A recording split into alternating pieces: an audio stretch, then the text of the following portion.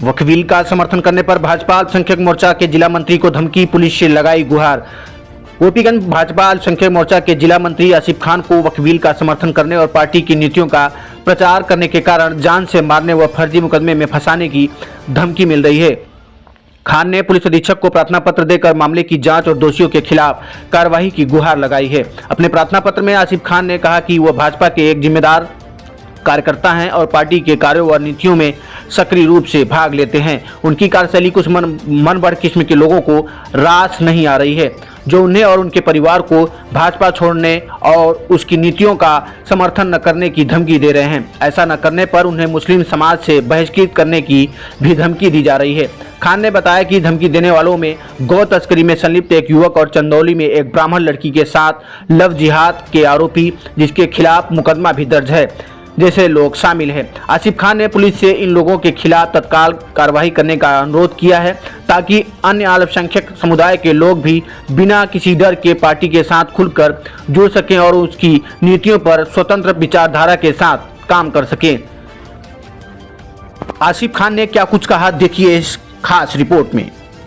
के ऊपर लांछन लग रहा है कि आपने वक्फ बोर्ड का सपोर्ट किया है, जो कि पहले से ऐसा लगा है कि नहीं, आपने जो है कि सपोर्ट किया। आप कह रहे हैं लोग विरोध कर रहे हैं। बीजेपी में एक खलबली सी मचा दिए हैं आप, आज की एक युवा नया करके। क्या कहेंगे आप अपने विचार से? सर्वप्रथम मैं आपके इस वीडियो के माध्यम से, आपके चैनल के माध्यम से मैं आपका सहृदय धन्यवाद देता हूँ। मेरा नाम आसिफ खान है। मैं जिला मंत्री के पद पे कार्य कर रहा हूँ भारतीय जनता पार्टी का। निवासी गोपीगंज का हूँ। भारतीय जनता पार्टी की तरफ से वक्फ बिल जो कानून आया, इसका मैंने खुलकर समर्थन किया। खुल के समर्थन इसलिए किया ताकि भारतीय जनता पार्टी द्वारा जो कानून लाई गई है, ये मुसलमान, जो दलित मुसलमान हैं, पिछड़े मुसलमान हैं, जो विधवाएं हैं, जो गरीब मुसलमान हैं और जो ठेला रिक्शा आदि चलाती हैं, उनको ये हक हिस्सा उनको मिलना चाहिए। क्योंकि वक्फ बिल के अंदर जब कांग्रेस की सरकार थी, जब सपा की सरकार थी, तो सपा और कांग्रेस के समर्थित और उनके करीबी रह चुके बड़े बड़े नेता 2-2 हजार एकड़ जमीन अपने कब्जे में ले ली और गरीबों का हक खा गए। आज मुसलमानों की स्थिति दलितों से बदतर है। इसकी जिम्मेदार कांग्रेस और सपा की पार्टी है। मैंने इस चीज का मुद्दा उठाया कि इसका फायदा मुसलमानों को होगा। रंगनाथ मिश्रा कमेटी कहती है और कि मुसलमानों की स्थिति दलित से बदतर है, इसके जिम्मेदार कांग्रेस और सपा पार्टी है। और मैंने इसका जमकर इसका समर्थन किया। और इसके विरोध में जब मैंने इसका समर्थन किया, इसके विरोध में 4-5 अराजक तत्व जिनके खिलाफ गुंडा एक्ट, जिला बदर भी रह चुके हैं, जो गो वंश भी काट के अपना घर कार्य आलिशान बना चुके हैं, और जिसने मेरे खिलाफ मुकदमा दायर किया हुआ है दबंग का, उसके भाई एक सुसज्जित अच्छे खानदान की बिलोंग से फैमिली की ब्राह्मण लड़की को लव जिहाद में फंसाकर, चंदौली की लड़की को लव जिहाद में फंसाकर उसको लखनऊ ले गया, उसके साथ गलत काम किया, उससे शादी से इनकार कर दिया। उसका सावेज खान उर्फ तस्लीम खान, कहाँ निवासी है? वो चुरियारी महल का है। वो सारिफ खान का भाई है। वो 9 महीने से जेल में बंद था और उसने कहा कि मेरा समर्थन करो।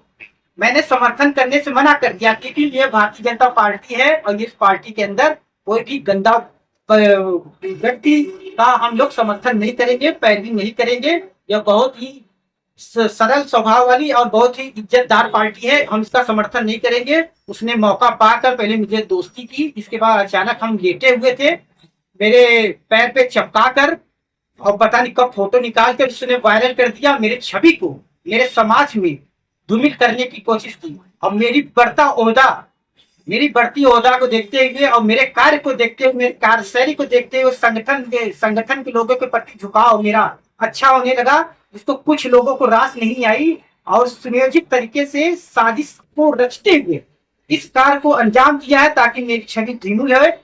मैं भारतीय जनता पार्टी का सच्चा सिपाही हूँ। मैं 12 साल भारतीय जनता पार्टी के कार्य के रूप में काम करता आ रहा हूँ।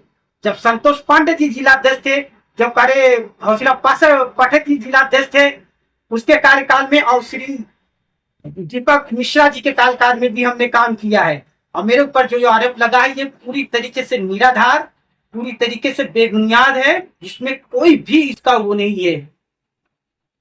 तो क्या कहेंगे, अभी आपने 4-5 नामे बताया जी जो कि इन्होंने जो है कि आपको बदनाम करने की कोशिश की, जी उनके आपने ऊपर लगाया कि गुंडा एक्ट, तमाम प्रकार की फर्जी मुकदमे भी है उनके पास, कई मुकदमे उनके पास है, और वो भारतीय जनता पार्टी के जो क्रिया नीति निर्देश है उसको बदनाम करने की कोशिश कर रहे हैं।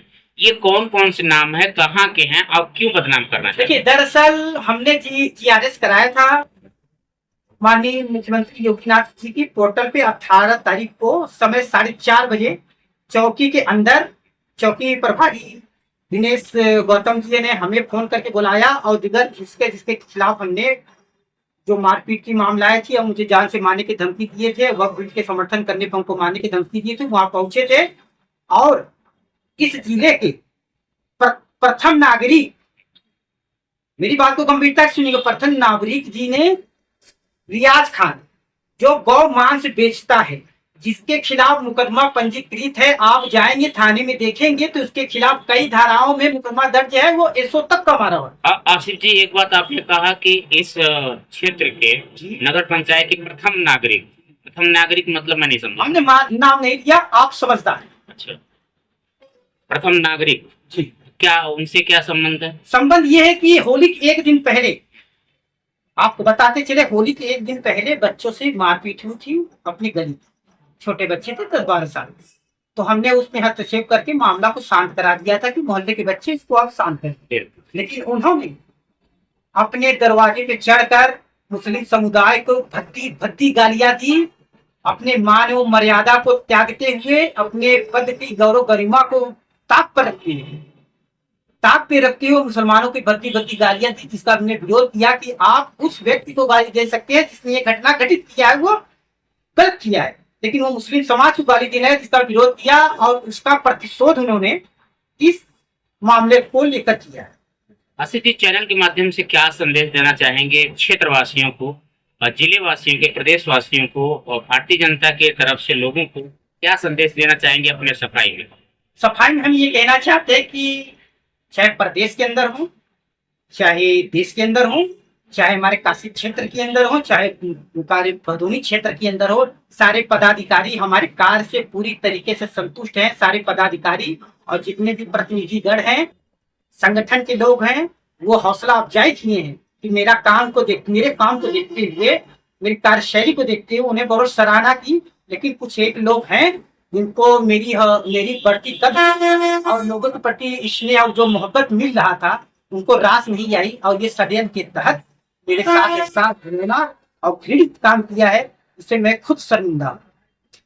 क्या मांग करना चाहते हैं आप माननीय योगी आदित्यनाथ जी से, तो क्या कहना चाहेंगे? मैं आदरणीय सभी के मुखिया श्री योगी आदित्यनाथ महाराज जी से मांग करना चाहता हूं, जिन्होंने थाने के और चौकी के अंदर जो टीएमसी के गुंडे हैं, जिन्होंने अपने परिजनों को, अपने परिवारजनों को और सपा को समर्पित ललिता त्रिपाठी को वोट दिलवाया था, उसके समर्थन में जो प्रथम नागरिक ने वहां जाके उनकी पैरवी की, और हमारे जिला के अध्यक्ष उन्होंने पैरवी की, जो पदाधिकारी हैं उन्होंने भ्रमित किया है थाना अध्यक्ष को, और ऐसे लोगों को जो असामाजिक तत्व हैं उनको तत्काल, उनको पार्टी से उनसे कोई लेना देना नहीं है। उनकी अगर पैरवी करने गए तो ये किस तरीके से आप देख सकते हैं कि वो किस तरीके से हद तक गिर गए हैं। मैं चाहूंगा कि भारतीय जनता पार्टी वो पार्टी है जो सबका साथ, सबका विकास, सबका विश्वास पे बात रखती है। श्री नरेंद्र मोदी जी सबका विकास किए हैं, सबसे ज्यादा आवाज देखेंगे तो सबसे ज्यादा मुसलमानों को मिला हुआ है। योगी आदित्यनाथ जी के कार्यकाल के अंदर जितनी सुख और शांति है अपने जनपद में, अपने प्रदेश के अंदर, वो किसी की भी मुख्यमंत्री के तौर पे नहीं हुआ है। मैं उनका सहृदय धन्यवाद करता हूं। माननीय मुख्यमंत्री जी को, आदरणीय प्रधानमंत्री जी को संदेश देना चाहता हूं, जिन्होंने इस षड्यंत्र के तहत, इस साजिश के तहत मुझ जैसे एक कार्यकर्ता को अपमानित करने का और मुझे परेशान करने का, घृणित करने का और गलत आरोप लगाने का, जो जिनसे आरोप लगाए उसके साथ सख्त कार्रवाई करे और उसको ऐसी सजा दे ताकि किसी भी भारतीय जनता पार्टी के कार्यकर्ताओं के साथ ऐसा दुस्साहस कोई ना कर सके। स्कूल में पढ़ता था तो मैं भारतीय जनता पार्टी के जो विचार है उससे मैं बहुत प्रेरित हुआ। मेरी उम्र 18 साल थी, तब से मैं भारतीय जनता पार्टी के के कार्यक्रम करने लगा। आज 12 साल हो गए मैं भारतीय जनता पार्टी के कार्यकर्ता के तौर पे काम किया, मंडल अध्यक्ष के तौर पे भी काम किया, आज मैं जिला मुख्य के तौर पे भी काम किया और मैं जब तक जिंदा रहूंगा, मेरे सामने जब तक चलेगा, मैं भारतीय जनता पार्टी के साथ रहूंगा। जब भी मरूंगा तो मेरे कब्र के अंदर भारतीय जनता पार्टी को लपेट कर दफनाया।